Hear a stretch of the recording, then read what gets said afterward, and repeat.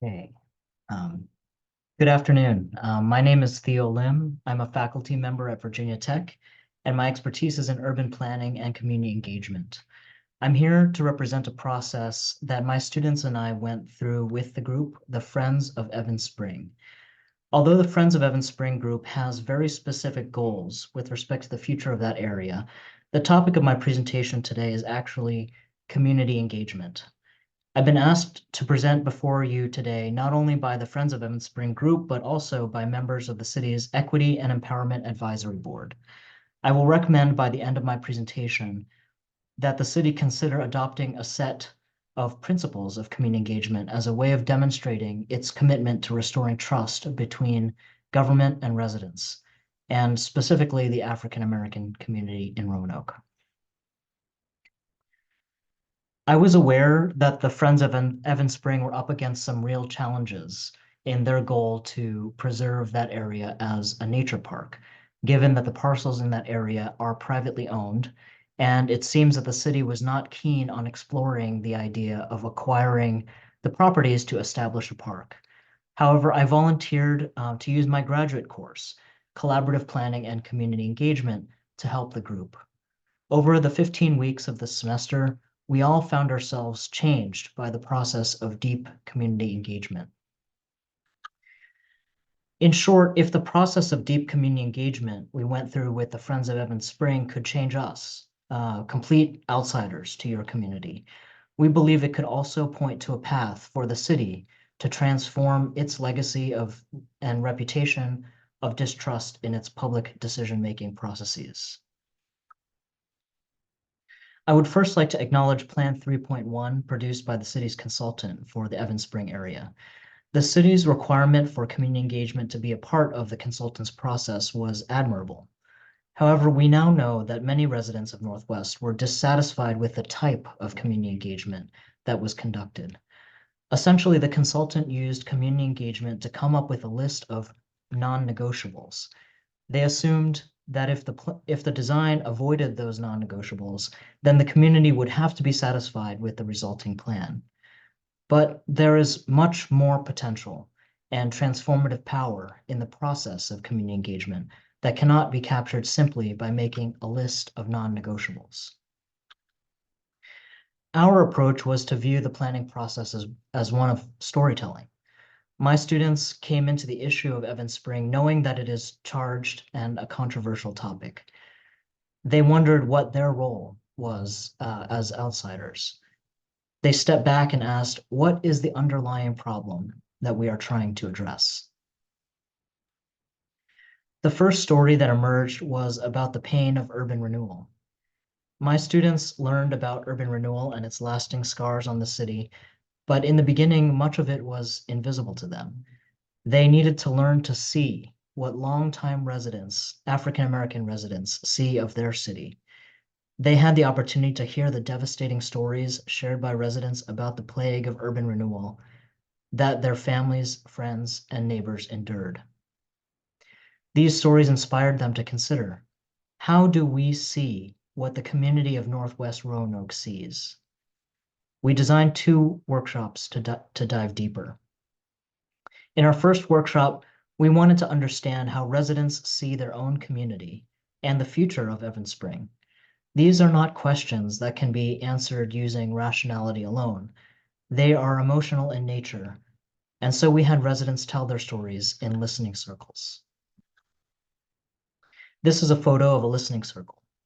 Residents were asked open-ended questions, and after each thought that a resident expressed, one of my students would repeat their story back to them. Through this, the students were learning to exercise their active listening and empathy skills. Through this, the students learned the story of Northwest.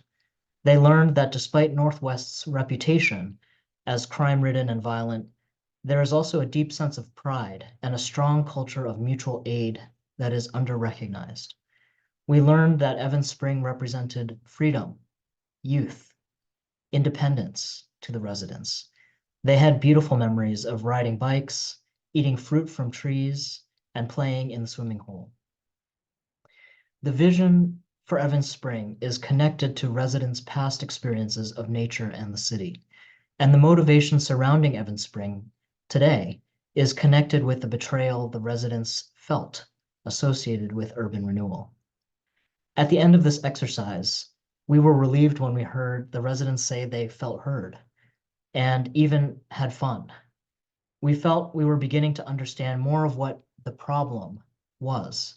It included feeling devalued, ignored, and disrespected by the city's officials, who they felt should be representing them. During the second workshop, the students created scenarios for the resident participants to think through.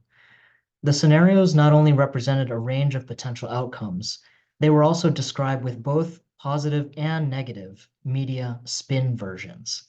The scenarios were designed to promote deeper thinking about trade-offs, politics, by right zoning, and pathways for community change. Incredibly, the participants reported being able to see the other side of the argument, and even realizing that the issue was not Evans Spring per se, but rather a deeper issue of trust and community engagement.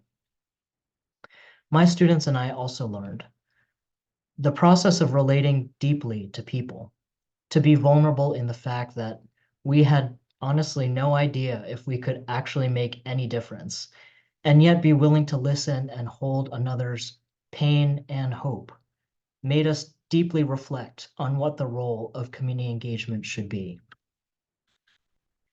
I was so moved when one of my students, just 22 years old, came to me with this quotation he found by the theologian C.S. Lewis as a way he thought could guide us. It says, "The rule for us, for all of us, is perfectly simple.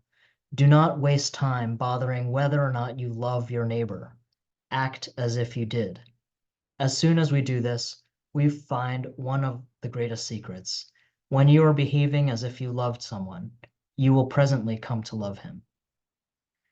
We know that perhaps the decision outcome for Evans Spring would still be a difficult choice between trade-offs, but I think the process, the emotional outcomes, and the trust might be better had the community engagement process been different.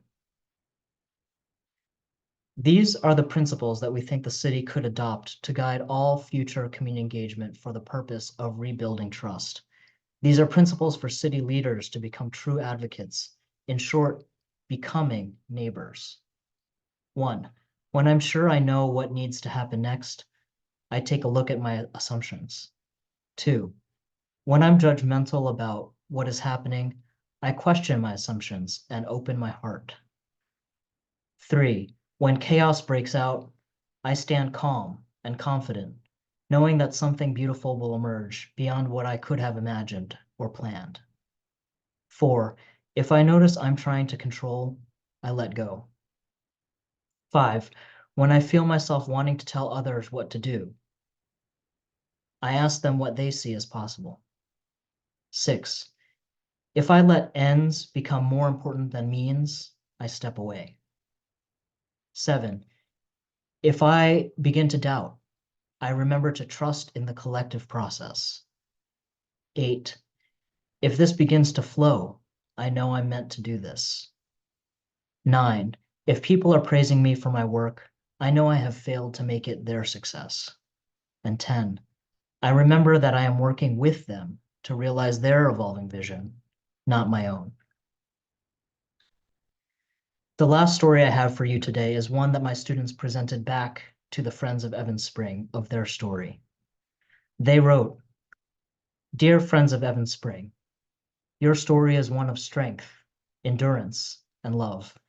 It has a deep history, from the vibrant and colorful life of Henry Street, the pain of betrayal, destruction, and invisibility, to the neighbors of Northwest who plant gardens, care for and mentor children, and honor their elders, provide moments of beauty, art, and rest.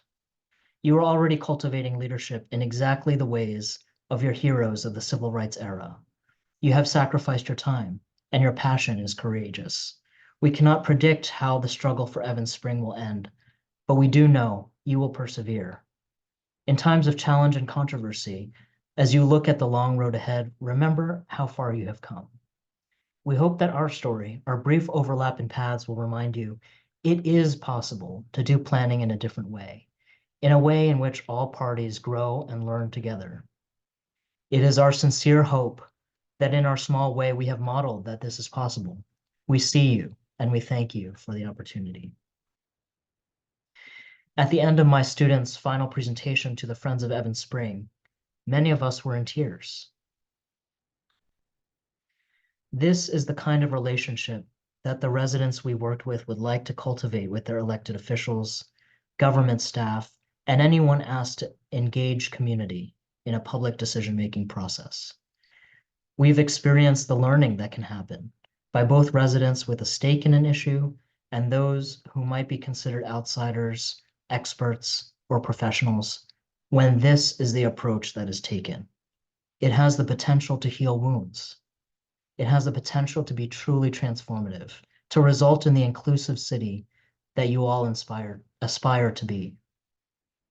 And it is about exhibiting leadership in defining the process of community engagement. I hope you are able to see this now too. Thank you.